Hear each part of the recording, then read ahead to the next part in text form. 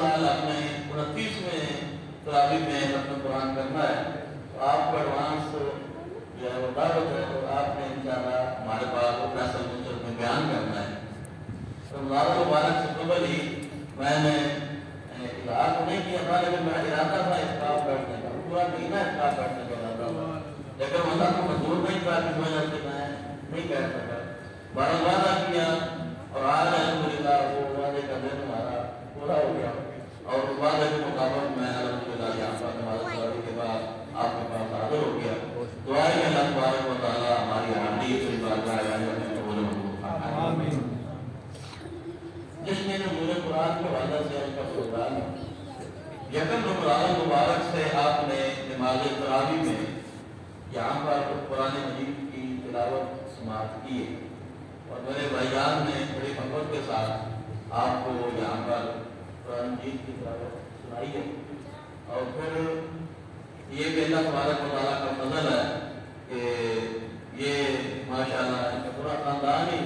اور پھر یہ خود سننے والے بھی خود ہیں، سنانے والے بھی خود ہیں، ان کے خاندان نے قرآن مجید کی خدمت اللہ نے نصیب فرمائی ہے، اللہ تبارک و تعالیٰ قبول بھی فرمائے۔ انشاءاللہ چند گھڑیاں ہمارا ساتھ ہے، کوئی لمبا چوڑا پروگرام نہیں ہے، یہ نہ سمجھیں کہ حضرت صاحب نے کہہ دیا کہ قرآن مجید بیان کرے تو میں بھی کرتے ہوگا بیان، میں نے اتنا بیان کرنا جتنا آپ حضرت کر سکیں گے، جتنا آپ کی کیپیسٹی ہوگی، جتنا آپ کی بجائش ہوگی۔ حضرت کا مطلب یہ ہے کہ جب تک ذوق اور محبت کے ساتھ آپ بیٹھے رہیں گے، سنتے رہیں گے،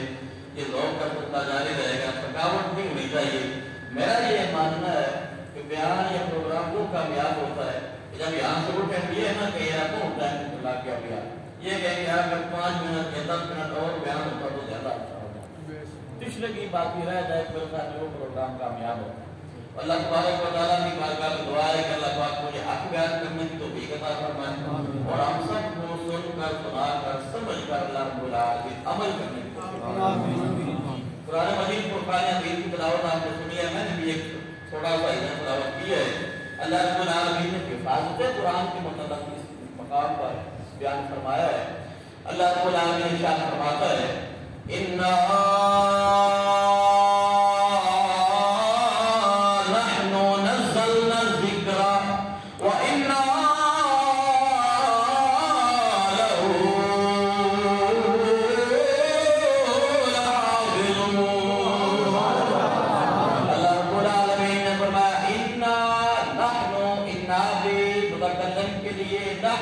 متکلم کے لیے اور نزلنا بھی متکلم کے لیے،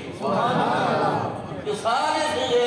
متکلم تو یہ وید غیب حاضر غیب اردو میں بھی آپ پڑھتے ہیں نا، تو متکلم ہوتا ہے جو کلام کرنے والا ہے۔ اللہ رب العالمین نے قرآن کی نسبت اپنی طرف کی ہے،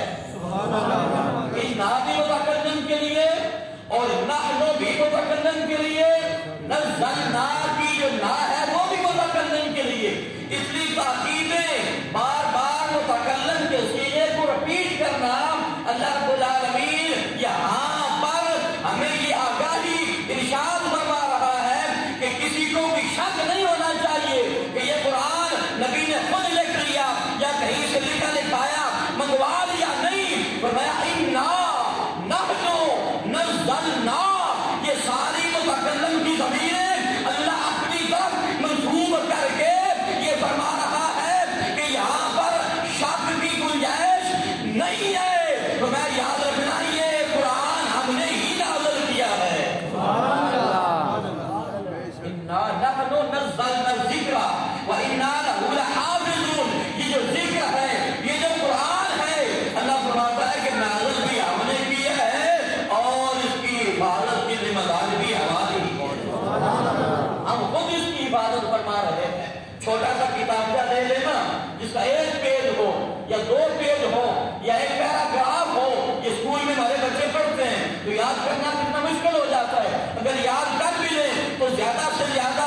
1 سیمسٹر تک یاد ہوتا ہے، 1 مڈ ٹرم تک یاد ہوتا ہے، آگے فائنل میں جا کے وہ پہلے والا بھول جاتا ہے، اگلی کلاس میں جائے تو پچھلا سارا بھول گیا، نیا سلیبس آ گیا، نئے پیراگراف آ گئے، نیا سلیبس آ گیا، نئے سبجیکٹ آ گئے، نیا سبق آ گیا، پچھلا بھول گیا۔ قرآن کا یہ اعجاز ہے الحمد سے لے کر والناس کی سین تک